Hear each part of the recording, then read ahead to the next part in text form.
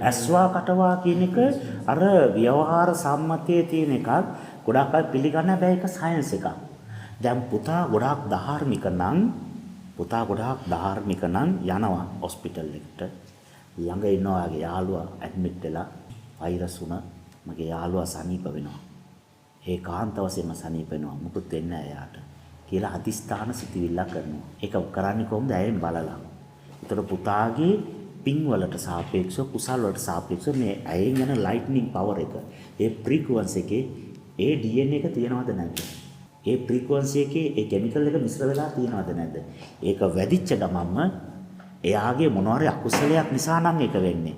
එයාගේ මොනවාරි සංසාරේ වෙච්ච ප්‍රශ්නයකට නම් මේක වෙන්නේ.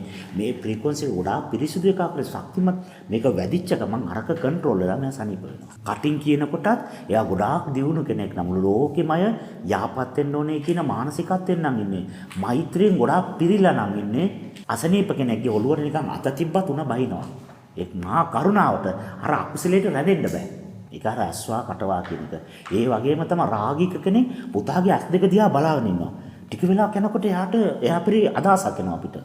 ඒ රාග සිත තියෙන කෙනා ඒ රාග ඇසෙන් අපි දිහා බැලුවා මේ ෆ්‍රීකවන්සි එක වදින වේගෙන් ඇය කඩාගෙන ගිහලා සිතත් එක්ක කනෙක්ට් වෙලා අර තැම්පත් වෙලා යට ගිහලා තියෙන රාග ඔක්කොම ඇවිස්සෙනවා. දන්නේම නැතුව අපිට කතා කරන්න හිතෙනවා. එයාගේ නම්බර ඉල්ලන්න හිතෙනවා. යහළු වෙනවා අපි.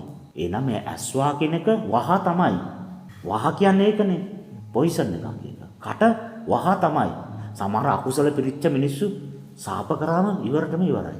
ඇස්වා කටවා වලින් බේරෙන්න තියෙන අපි ධාර්මික වුණොත් අර කණ්ණාඩිය බැලුවාම රිෆ්ලෙක්ට් වෙනවා වගේ ඒක රිෆ්ලෙක්ට් වෙලා යනවා. අපි ගොඩාක් ධාර්මික නම් අපි ළඟ අකුසල තිබුණොත් ගොඩාක් පව් තිබුණොත් ඒ කියන කර්මයේ පරිසම් දෙන්න, එන වදින්න, ඇඹරිලා යන්න ඒතු අපි කලින් සකස් කරගෙන ආවිලා තිබුණොත් අර සාපේ පරිසම් දෙනවා. ඒතර අපි ගොඩාක් ධාර්මික නම් මොන සාපේ දුන්නත් හරියන්නේ නැහැ. ඒ වගේම තමයි අර යහපත් කෙනෙක් ආශිර්වාදයක් දුන්නාම ඒ ආශිර්වාදයත් අපි ලබන්න සුදුසුකම් ලබලා තිබුණොත් විතරයි ඒක පරිසම් දෙන්නේ. එහෙම නැත්නම් සුදුසුකම් ලබනකම් ඒ තරංගේ තියෙනවා විශ්සේ.